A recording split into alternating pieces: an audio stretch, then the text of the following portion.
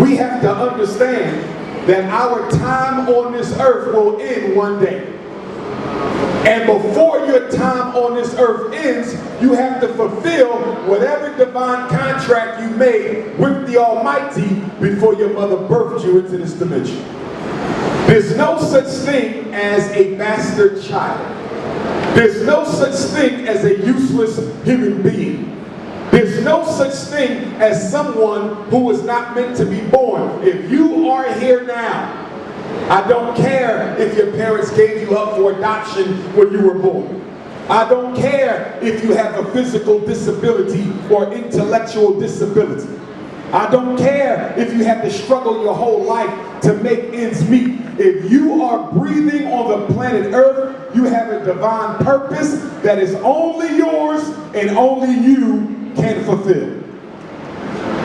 The crisis, the reason why so many of us are spiritually malnourished, is many of us don't believe we have a reason for existing. Some of us think we're only here to work, pay our bills, and live another day. That is not why you are here. God doesn't make anything in excess. Nothing in the universe is made in excess. So there's not 1,000,000 more people that are necessary. There's not 100 more people that are necessary. There's not 5 more people than are necessary. If you are here, you have a reason for existing. The problem is most of us don't know what it is because we're too busy chasing the hypnosis of capitalism that we don't sit down and be quiet by ourselves long enough to communicate with spirit so we can find out what our purpose is. You know, in therapy, I've had people come sit on my couch, filthy rich, and they say, Dr. Umar, why am I unhappy? I have all the money I want. I got 4 or 5 homes, a beautiful wife, beautiful children, or if it's a woman, beautiful husband, and I'm still miserable. And you know what my answer is? Because you were not sent to the world to become a multi-millionaire. You were not sent to the world necessarily to become an attorney or an engineer. You were sent to the world to serve humanity, and this far in your life, you have not done so. So your soul is spiritually malnourished.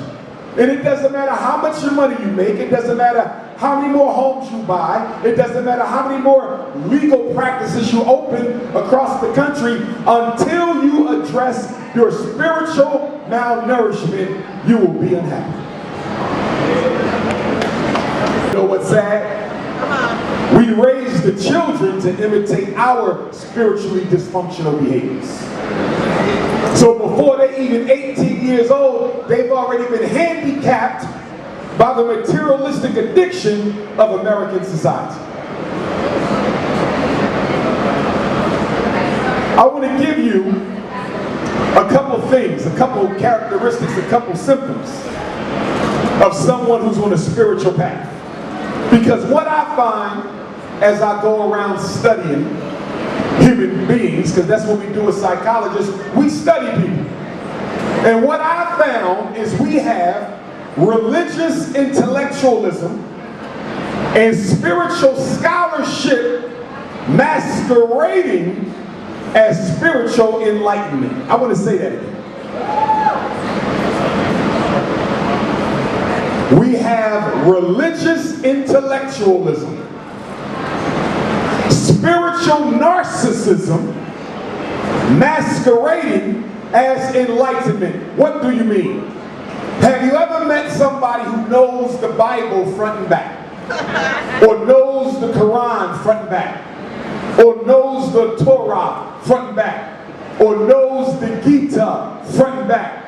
Or knows the Dhammapada front and back? Or knows any spiritual tradition you can think of? They know it inside and they know it outside. Intellectually, they are master of the information.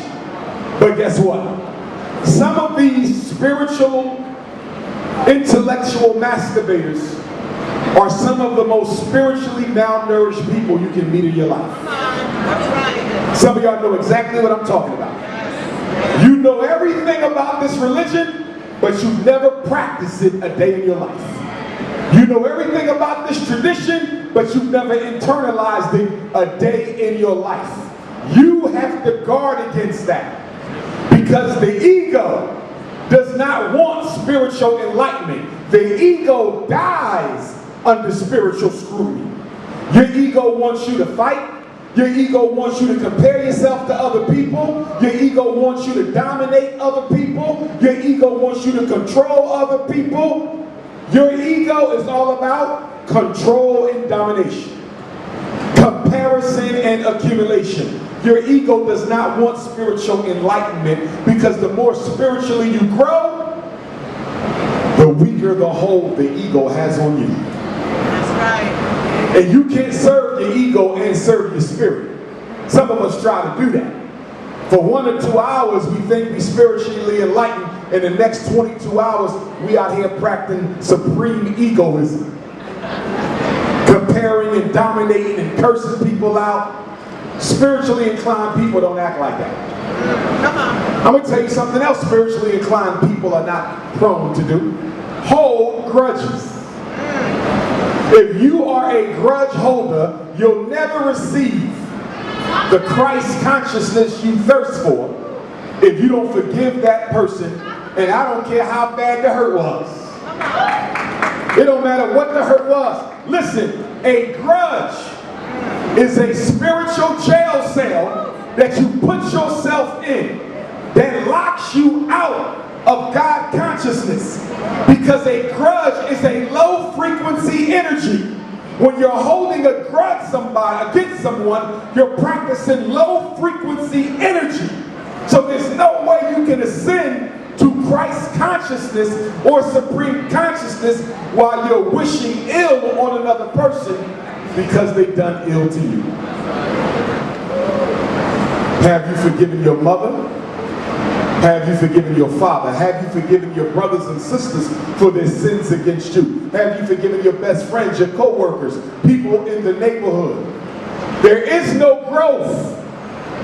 There is no higher frequency for you if you can't overlook and dismiss the wrongs that others have done to you. You can't hold somebody down and thinking you're going to go forward. And forgiveness is not about forgetting. Some of y'all think to forgive is to forget. Absolutely not. If somebody wronged you, you don't forget that, because they might wrong you again. You don't ever have to deal with the person again. You don't even have to tell them you forgave them. But you have to do it within your heart and within your spirit. See, let me tell you a little trick. The toughest trials and tribulations that you face in life: homelessness, sickness, abandonment, abuse, the betrayal, the worst trials and tribulations that you have to suffer in your life, they are there because there is a spiritual benefit to be gained from it if you conquer that trial and tribulation. Most of us cry and shrink when bad things happen. I just lost my job. My husband just walked out on me for another woman. My son said he didn't want to talk to me again. I was just in a car accident with no insurance. Some of you shrink from misfortune. I'm telling you, embrace the misfortune, because in the misfortune is a seed. If properly planted and cultivated, will bring forth spiritual progress. Listen.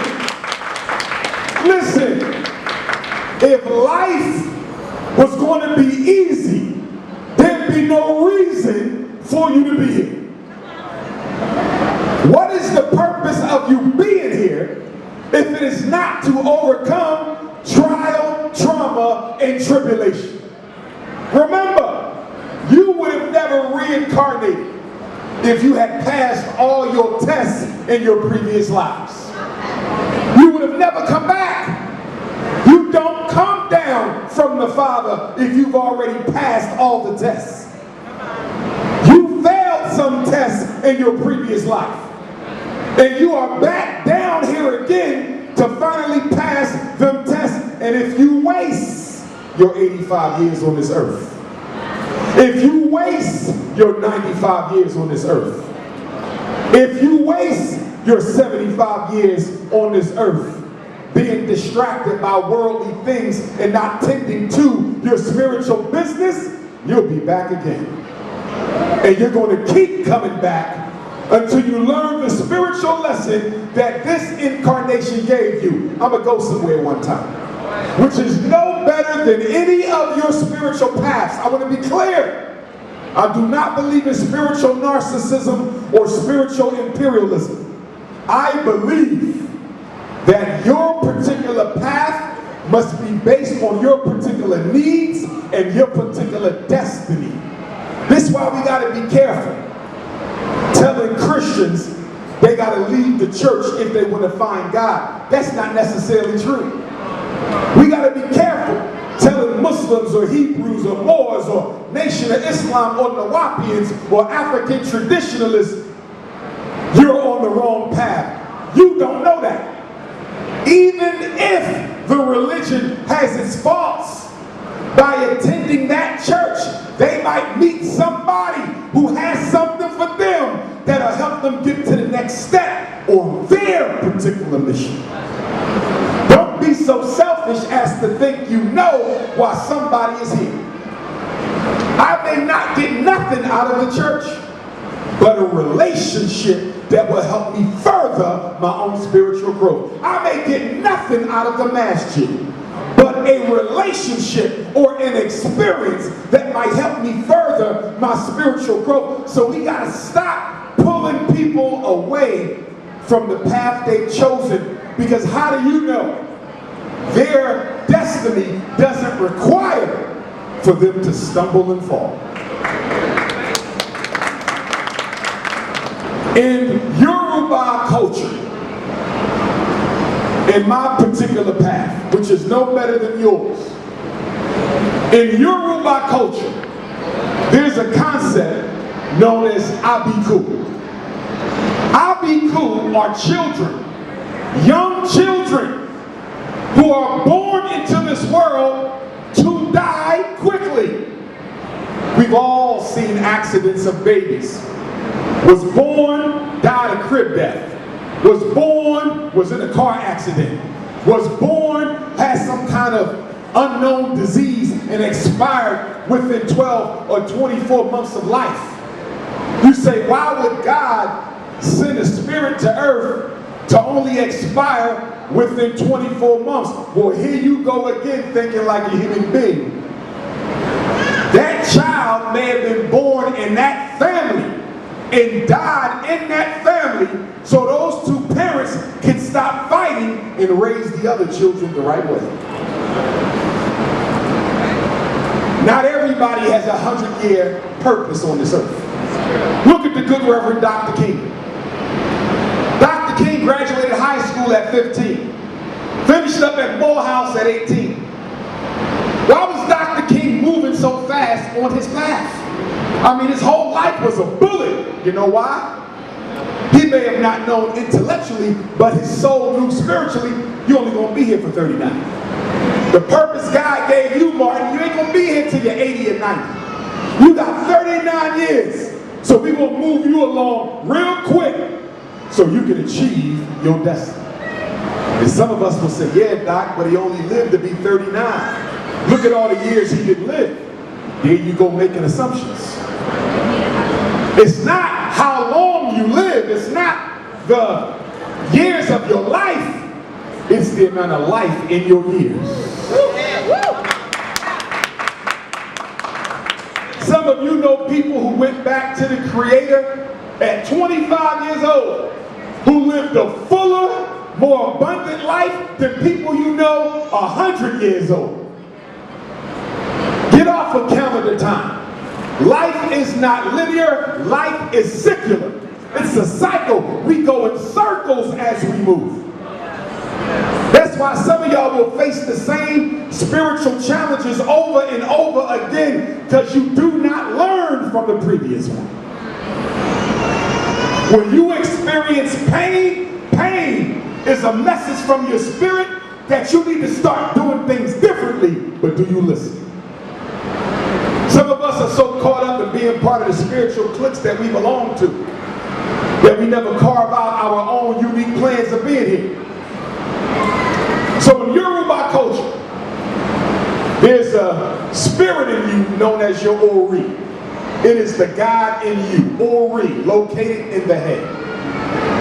In heaven, before we incarnate, we negotiate our purpose with Almighty God. And then we come into earth with that purpose. But we lose the memory of that purpose through the trauma of childbirth. And your entire purpose on earth is to figure out your destiny and to fulfill it. Some of you are too distracted by music to do that. Too distracted by love and romance to do that. And I gotta say this, because I've seen it many times over. The person you marry, if chosen for the wrong reasons, may very well be distracting you from your destiny. This is why in most cultures, especially in African culture, you get a spiritual divination before you get married to make sure this man or this woman is best for your destiny. Because you wasn't sent to earth to get married. You were sent to earth to fulfill your destiny. That's the priority, not the marriage, not the law degree, not the business you just opened. See, our lives are not lived for us. Your life has very little to do with you. But what do you mean by that? Just what I said. Your life is a life of service. And if you haven't served anything but yourself, I can already tell you you're not on the divine path. Because selfishness is a disease and not a solution. If you are a selfish individual, I can promise you, you are not on the spiritual path. As someone who works with depressed people, do you know what I found? With depressed people, and you know we got a crisis of depression in America. I mean, people are depressed. It's the biggest reason for addiction. And do you know what most depressed people have in common? Depressed people are preoccupied with the past.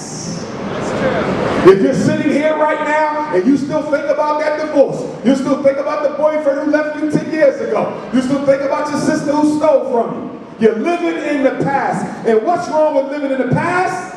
It's over. Hello. Nothing you can do about it. And so do you know what we do in therapy with depressed people? The whole therapeutic relationship is based on trying to get this person to understand that you can't change what already was. We can change the way you think about it. We can change the way you feel about it. But we can't change it. So constantly going back to bad experiences ain't doing nothing but inflicting spiritual wounds on your soul. Depressed people can't stop worrying about what's already happened. They are attached to what was. Now let's compare them to anxious people. Depressed people are overly worried about what? The past. And anxious people who suffer from generalized anxiety disorder, they're overly worried about the what? Future. Depression and anxiety is the same disease. It's only whether you're dealing in the past or whether you're dealing in the future. And what we're supposed to be clinging to as spiritually inclined folks is the here and the now. Because it's the only thing you can control, the here and the now.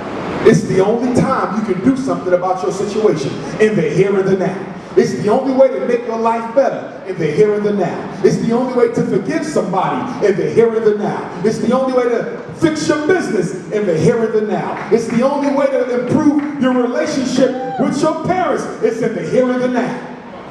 You can't do nothing about yesterday, and you have no control over tomorrow. Live in the here and the now. And that's why when you read any spiritual Bible, any spiritual path you all are on right here, they talk about the central importance of what? Non-attachment. Don't cling to nothing. Don't cling to your career, you might lose it. Don't cling to your car, you might lose it. Don't cling to your new home, you might lose it. Don't cling to your wife, you might lose it.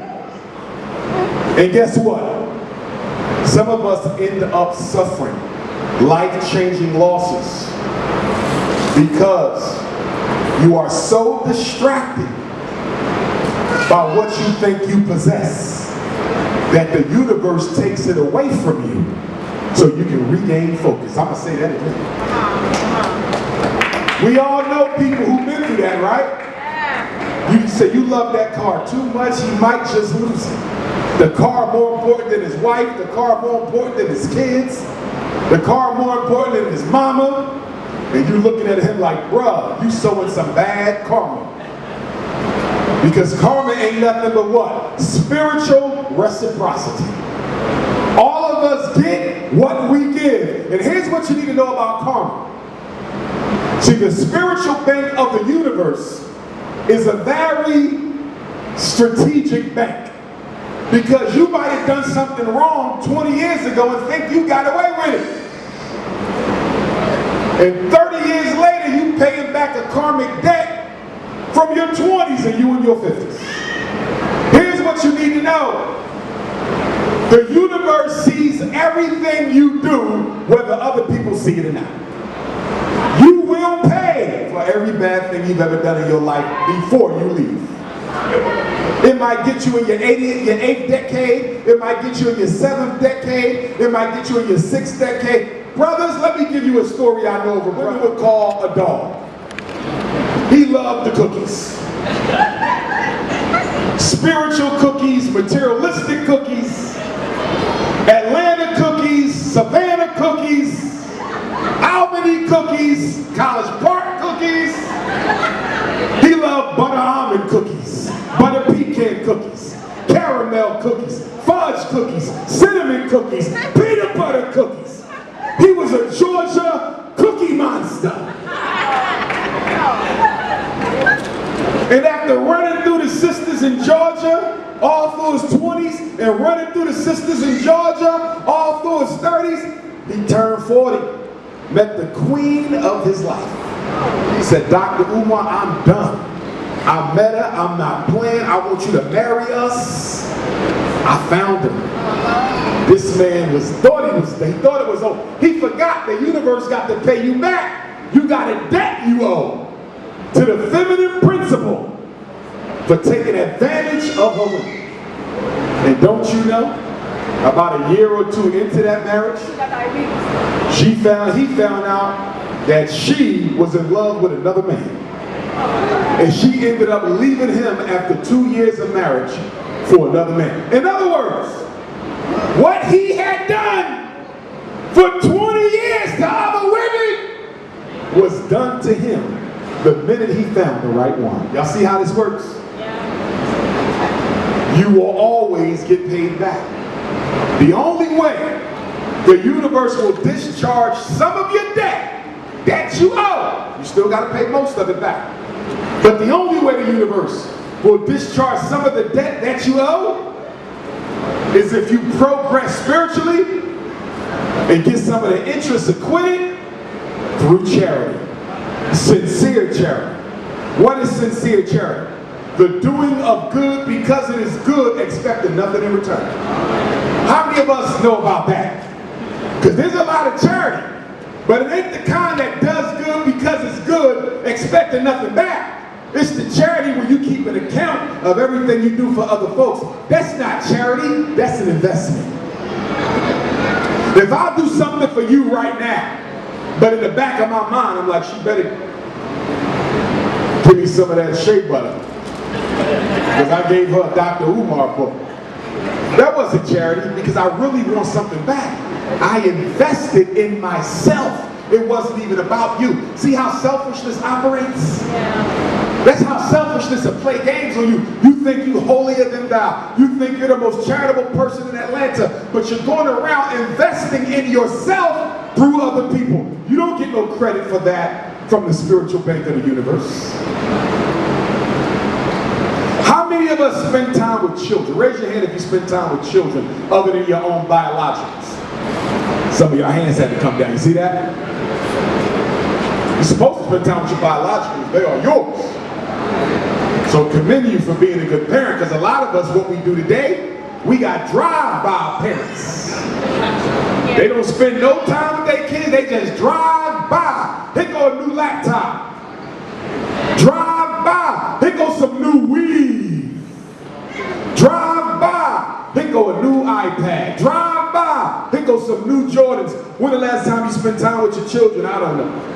You do know when they become 21, they don't remember what you bought them. They remember how often you spent time with them. Children need time. And when children don't get time, they come to school looking for attention from other people. And the teachers call it what? Ain't no daddy at home disorder, ADHD. And now your son on Ritalin, your daughter on Adderall, your grandson on Metadate, your granddaughter on Cycler. They're being doped out of their mind because their parents don't want to give them no time. Your career is more important than your children. And that's true for a lot of us. Your career is more important. Starting that new business is more important than your son. Why do you think celebrities have such a high child suicide rate? Why do you think professional sports coaches have such a high child suicide rate? Every other year, some coach child taking their life. Every other year, some celebrity's child is taking their life. I know why. They're not cursed. They're just cursed with having a parent whose career is more important than the children. The Spirituality 101. I'm going to tell you right now, if you don't meditate or pray, it's going to be difficult for you to get in touch with your inner soul. You got to take time to be by yourself with nobody else. Wife too. That's why in a lot of spiritual traditions, ancient traditions, the husband and wife had their own room. They didn't always sleep in the same room together. You want to know why? Because if I'm on a spiritual path, I might got to get up 3 o'clock in the morning and listen to a message from my ancestors. I can't do that with you farting and snoring on me all night.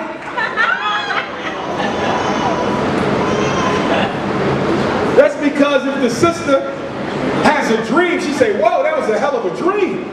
Let me get up and go sit by the water. Let me go sit by the moonlight and see if there's a little bit more information my ancestors are trying to download. She can't do that with your thirsty ass trying to fill all on it all through the night. He thirsty. He wants cookies and you try to develop consciousness. And what does Dr. Umar say? Consciousness over the cookies. Oh my God.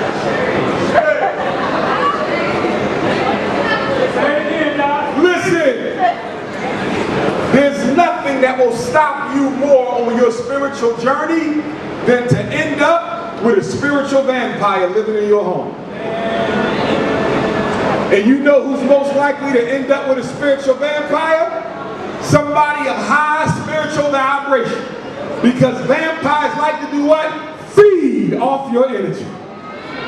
And you stand there, sister, you stand, what made him come after me? We ain't got nothing in common. He needs your energy. Spiritual vampires need people of high energy to feed off. You ever date somebody who brought nothing but misery into your life? Every day it's another problem. You ain't happy no more. You don't have fun no more. You're like, what's wrong with my life? Ever since I got engaged, I just ain't been happy no more. That's because you put having a partner over spiritual progress. Be careful with who you spend the rest of your life with. They might block you from fulfilling your destiny. We live in a selfish world. And in the world we live in, people do not tell you what their problems are when they show up. You know how you buy a used car? They give you a whole list of what's wrong with the used car, don't they? You need a new carburetor, the transmission slipping, tires is beat, back light broke out. What about when you get a new house? They'll tell you the roof got a few leaks, the plumbing is about to go. Normally when you get something used, you get a list of problems. Not when you date used people.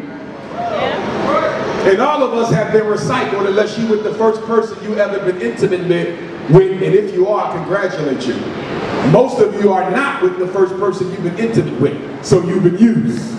Recycled. That's not a bad thing. The problem is when your recycled ass meet another recycled person, and you don't give them a list of baggage you coming in a relationship with. You notice when we date, we only project our best to the other person. You never project your worst the first couple of dates because you ain't gonna have nobody. Black woman, you don't cook, but you cooked every night y'all went out the first week. Because you're trying to get you that. Black man, you don't hold the door for no woman, but you held the door every day because you're giving her your public self. It's not until we move in together, she get pregnant, or we get engaged, now you start seeing the real person. You ever see people date for 20 years and never had a problem, got married for 1 year, they divorced in 6 months? Yeah. You know how that happens, right? Them 20 years, that was easy to think that, because we never lived together. I'll pick you up, go eat, go to the movies, go on a cruise, go on a vacation, bake some cookies, take you home.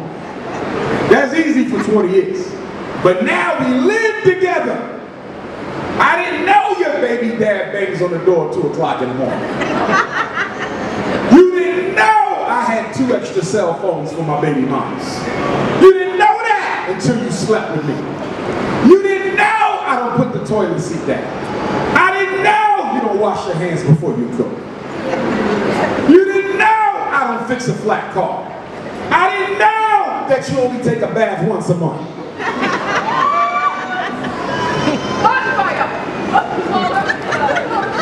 You're a water conservationist.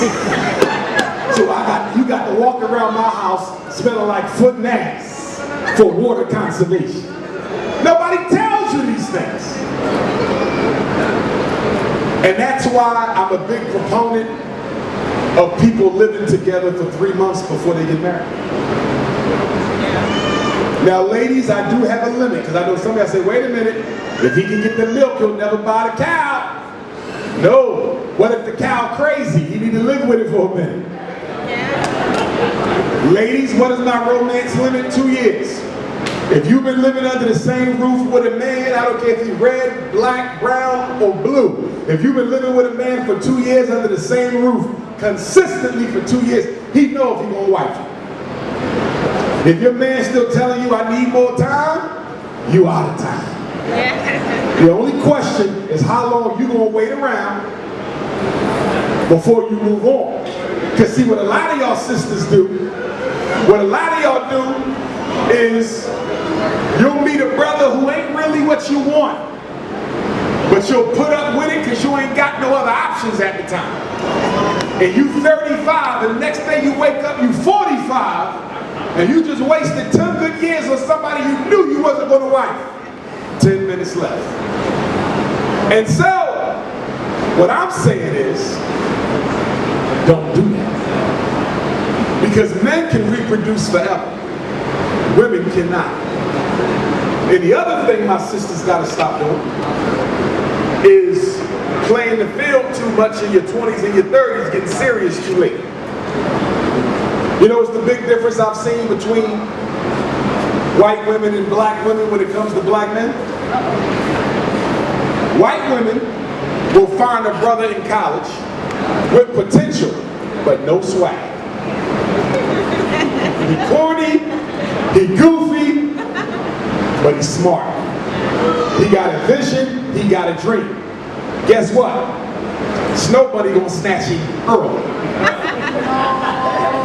Black women, y'all like the brother to come to you as a finished product. White woman will invest in the unfinished product. Black woman, come see me when you're finished. What I'm saying to my beautiful African queens, I need you to rethink that. Find you a brother in progress and say, you know what? He ain't where I need him to be, but he definitely on his way, and I'm gonna help him get there. I want to go back to the spiritual path that we've been talking about. And on this spiritual path, one of the things I want to talk about is childhood trauma. And I'm going to end on childhood trauma. All of us probably have some childhood trauma. If you grew up in a single parent home, I'm almost certain you got some childhood trauma. If you grew up in a foster home, I'm pretty certain you got some childhood trauma. If you were abandoned by a biological parent or both, you probably have some childhood trauma. If you are lucky enough to still have biological parents who walk the earth, there is nothing more spiritually necessary for you to do than go find the mother who abandoned you. Go find the father who married another woman and never came back for his other children. Go find the foster parent who let you get sexually abused. Go find the big brother or big sister who turns you in to a non-caring relative because they didn't want the responsibility of raising their younger sibling. Listen, face the pain, because if you can face and conquer your spiritual pain, on the other side of that is your divinity waiting to meet you. And guess what? Humility and patience are requisite on the spiritual path. If you're not humble, I make it a point to be humble. Everywhere I go, I try to be the humblest person in the room. Because being Dr. Umar, I know people expect me to be arrogant. And I'm not naturally arrogant anyway. So I don't have to put forth the amount of energy to be humble, but I stay conscious of the need to be humble because I know the ego is my enemy on this path. Y'all have to practice humility and patience. The opposite of patience is anger. And anger is danger. Be patient. Listen, when somebody does something you don't like, when somebody intentionally tries to upset you, they're trying to pull you down spiritually. Why would you engage them? Why would you return nasty for nasty, evil for evil, anger for anger? You don't do that when you're on the spiritual path. You say, I know they're trying to pull me down. I'm going to say, peace be unto you, and keep it pushing. I got people come up to me in my lectures, Dr. Umar, you don't believe in this and you don't believe in this. I don't like, listen, I respect you. We're not going to agree to this. We're going to agree to disagree. Keep it pushing. You ain't got time to be getting into no stranglehold with people who ain't only there to take away your peace. Because you got people in this world who are so miserable, they want to increase miserability. But let me say this as I close. When's the last time you asked for forgiveness? Did y'all hear that? When's the last time you went to somebody you wronged and said, yo, 10 years ago I did this. I'm sorry. I'm deeply sorry. And if you can't forgive me now, I hope you can forgive me later. I come across a lot of parents who need to be asking their children for forgiveness because of the things that their children went through because they wasn't being on their job as parents. And sometimes I meet adult children who have disrespected their parents so much they need to go and ask for forgiveness. Humble yourself and tell somebody you're sorry for what you did. Take out your phone. I want to give you my number. If you got a cell phone, take my number in case you ever need to reach Dr. Umar. I'm going to close in a few minutes. Y'all need mental health for children and special education. And for the sake of time, I'm going to give you 3 talking points. I want every parent to listen. Number 1, if your children are under the age of 7, why in the hell are they being evaluated for special education? Let me repeat that. If your children are 7 and under, why are they being tested for special ed? The only children who should be getting tested for special ed, 7 and under, are children with speech problems, blindness, deafness, brain injuries, and orthopedic impairment. Why, Dr. Umar? Why do they have to be over 7? Because I can't prove ADHD, 5, 6, and 7. I can't prove autism, 5, 6, and 7. I can't prove a reading disability, 5, 6, and 7. I can't prove a math disability, 5, 6, and 7. You can't prove any of the major disabilities in a child that young, so wait. The reason the school wants them tested is so they can get paid. And since special ed begins at 3 years old, they want your child labeled as autistic as 3 so they can get money. This is all about money. It's not about helping your child. Number 2, don't ever get your child tested for ADHD. Ain't no daddy at home disorder. Why? Because the only thing they're going to give your child is medication. Ritalin, Adderall, Concerta, Cycler, Metadate, crack, crack, crack, crack. The only answer America has for boys who can't sit still is drugs. And if you don't give them the drugs, after they give them the diagnosis, they're going to call child services on you, and they're going to come to your house, and they're going to confiscate all your children, and you're going to be charged with medical neglect, and now you're going to get fired from your job because you're working somewhere that requires a clean child abuse clearance, and your clearance ain't clean no more because Dr. Umar told you don't let them test your baby for ADHD or conduct disorder or oppositional defiant disorder or emotional disturbance or intermittent explosive disorder because it is a drug trap. Number 3, and my final point, and I'll get on out the way. Number 3 for my parents. Don't ever go to a school meeting if you don't know what the meeting is about. Don't you ever walk in there and not know why you in there. The school never wants to tell you why you're going so they can set you up. So you tell them there will be no meeting until you tell me what the meeting is about. And don't go to the meeting by yourself. Take 2 adults with you. Never go by yourself. Because you need a witness and you need support. And if you go by yourself, they can lie on you, misrepresent what you said, change the transcript. Never go to the school alone. I close with a quote. The most honorable Marcus Garvey said, without confidence in yourself, you are twice defeated in the race of life. With confidence you have won, even before you have started. Garvey said, the greatest weapon used against the Negro is disorganization. He said, if the black man and woman are not careful, you will drink in all the poison of Western civilization and you will die from the effects of it. Garvey was asked, are you African or are you a Jamaican?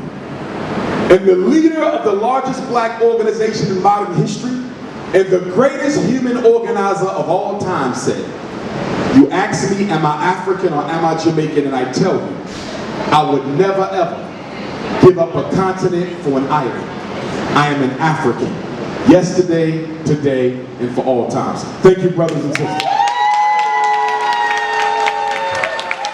We're going to take 2 questions. 2 questions. From the whole crowd?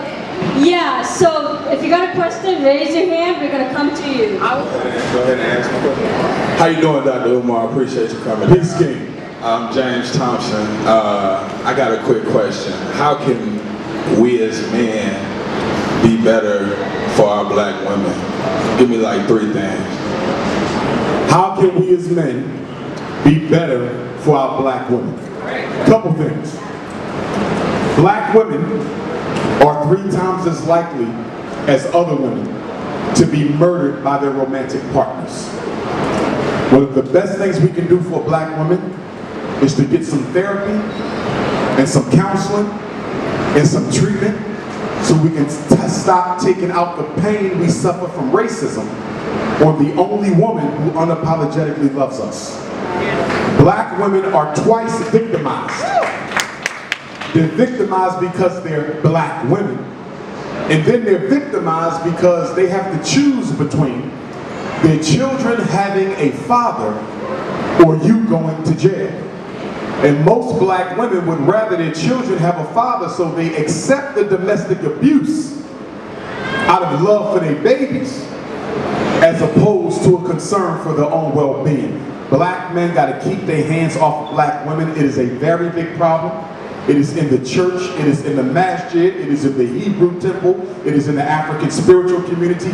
There's no religion, no circle where the black women are not being abused. That's one. Two, we have to stop acting like criticism from our sisters is condemnation. Black men have a hard time accepting constructive criticism from black women because of our ego. We have a very sensitive ego because of how we're treated in American society. We're not allowed to be men. So when we get behind closed doors in our homes, we want to run our house like a dictatorship. Our wife don't have a say-so, our son don't have a say-so, our daughter don't have a say-so. Your home is like a military barracks. We have to get over our insecurities and recognize a woman who's giving you criticism is not necessarily trying to condemn you. Number three, stop lying to black women claiming to be monogamous if you know you're a polygamist. Too many black men are manipulating our sisters into plural marriages that they did not sign up for. If you know you have an appetite or an agenda for more than one woman, let the queen know that, so she can make a decision as to whether or not she wants to be part of the plural marriage. Nothing's wrong with plural marriage, except someone being manipulated into it. So for me, I'm gonna have two queens. That's just how it's gonna be. And you either wanna be one or you don't. I'm not gonna lie to you, I'm not gonna manipulate you, that's what I'm doing. Two. Now, be easy. Last thing, my brother. We gotta organize and support each other. Black men are isolated from other black men. We come together to talk sports, we come together to play ball, we come together to go to the concerts, but we don't really have those deep, non-religious conversations, the kind where I need to cry and get a hug from my brother, no Diddy, because of what I'm going through. So black men, I got a lot of faith in us, we can overcome. But let's put the ego to the side so we can serve our people. Black power. Thank you. Every new moon and full moon, black woman, you need to do something to reverence yourself. Don't ever let another full moon go by where you're not praying, meditating, burning your sage, doing what you do. The moon is your symbol, and you need to make sure you honor that symbol. You're not worshiping the moon, we worship God. But God created the moon. That's why your feminine cycle is influenced by the magnetic energy of the moon. The moon is the woman's planet. All women, whether you're a Cancer or not, and we know the sun just moved into Cancer today at the summer solstice. But ladies, make sure you build a relationship with the moon. It's one of the most powerful things that you can do. Go right ahead, Queen One.